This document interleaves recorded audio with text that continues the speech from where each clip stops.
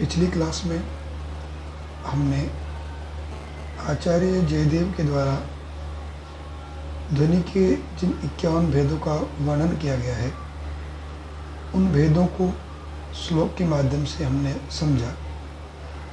आइए अब हम इसे एक टेबल के माध्यम से समझने का प्रयास करें। ध्वनि के कुल भेदों की संख्या 51 चंद्रालोक में दी है।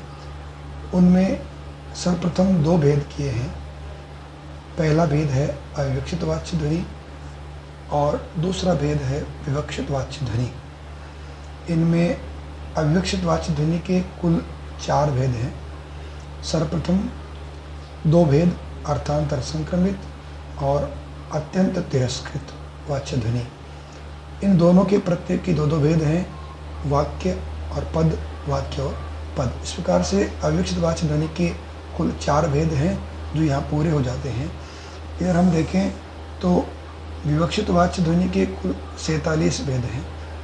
सर्वप्रथम विवक्षित वाच्य ध्वनि के 2 भेद किए गए हैं। इनमें लक्ष्य क्रम व्यंग्य ध्वनि और दूसरा भेद है अलक्ष्य क्रम व्यंग्य ध्वनि।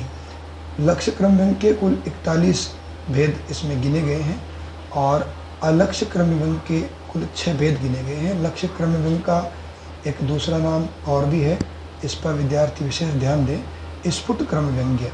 और अलक्ष्य क्रम व्यंग्य का दूसरा नाम है अस्फुट क्रम व्यंग्य। सर्वप्रथम हम अलक्ष्य क्रम व्यंग्य के जो 6 भेद हैं इन भेदों को जान लेते हैं। सर्वप्रथम आचार्य जयदेव ने केवल एक ही भेद माना, रसभाव और तदाभास। इस प्रकार से एक भेद माना। पुनः आगे फिर भेदों के वर्णन में इन्होंने इसके 6 भेद किए। इनमें पद, पदांश, रचना, वर्ण, वाक्य और प्रबंध।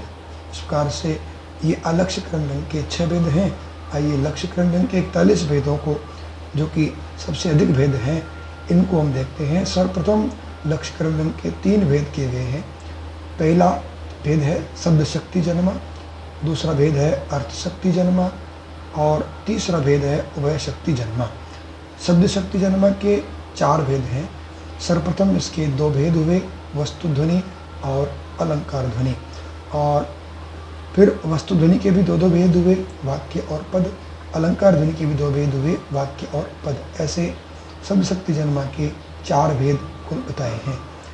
अर्थ शक्ति जन्मा जिसके सबसे अधिक भेद हैं, 36 भेद इसके कुल बताए हैं। सर्वप्रथम इसके भेद हुए हैं वो हैं 4 भेद। पहला भेद वस्तुना वस्तु ध्वनि, दूसरा भेद अलंकारेण अलंकार ध्वनि, तीसरा भेद वस्तुना अलंकार ध्वनि और चौथा भेद अलंकारेण वस्तु ध्वनि। इनमें भी ध्यान से देखें तो 2 शब्द हैं, वस्तु और अलंकार। इनके ही समन्वय से इन 4 भेदों को बनाया। वस्तु से वस्तु ध्वनि, अलंकार से अलंकार ध्वनि, वस्तु से अलंकार ध्वनि और अलंकार से वस्तु ध्वनि। अब इन 4 भेदों के प्रत्येक के फिर 3-3 भेद हुए। सर्वप्रथम 3 भेद किए, कवि कल्पित। पहला भेद कवि कल्पित वक्तृ प्रोडक्ट सिद्ध, दूसरा कवि प्रोडक्ट सिद्ध और तीसरा है स्वतः सिद्ध। इस प्रकार से वस्तुना वस्तु ध्वनि के 3 भेद सर्वप्रथम हुए और पुनः फिर 3 भेद प्रत्येक के हुए, वाक्य, पद और प्रबंध। यहाँ ध्यान देने की बात है कि अन्य भेदों में केवल 2-2 भेद हुए थे, लेकिन अर्थ शक्ति जन्मा, ये जो अर्थ शक्ति जन्मा भेद है, इसके भेदों में यहाँ पर 3-3 भेद हमें देखने को मिलेंगे, वाक्य, पद और प्रबंध।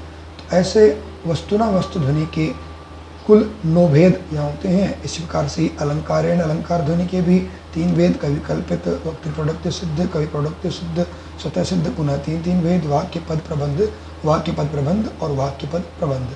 ऐसे ही वस्तुना अलंकार ध्वनि, इसके भी 3-3 भेद हुए हैं, कवि कल्पित, वक्तृ प्रोडक्ट सिद्ध, कवि प्रोडक्ट सिद्ध, स्वतः सिद्ध, पुनः वाक्य पद प्रबंध, वाक्य पद प्रबंध, वाक्य पद प्रबंध। इस तरीके से इस वस्तुना अलंकार ध्वनि के भी 9 भेद हैं। अलंकारेण वस्तु ध्वनि के भी 9 भेद। सर्वप्रथम वही 3 भेद, कवि कल्पित, वक्तृ प्रोडक्ट सिद्ध, फिर कवि प्रोडक्ट सिद्ध और स्वतः सिद्ध। इनके 3-3 भेद, वाक्य पद और प्रबंध, वाक्य पद और प्रबंध, पुनः वाक्य पद और प्रबंध। इस प्रकार से जो यहाँ 4 भेद थे, वस्तुना वस्तु ध्वनि, अलंकारेण वस्तु ध्वनि, वस्तुना अलंकार ध्वनि और अलंकारेण वस्तु ध्वनि, इन सबके 9 भेद होते हैं।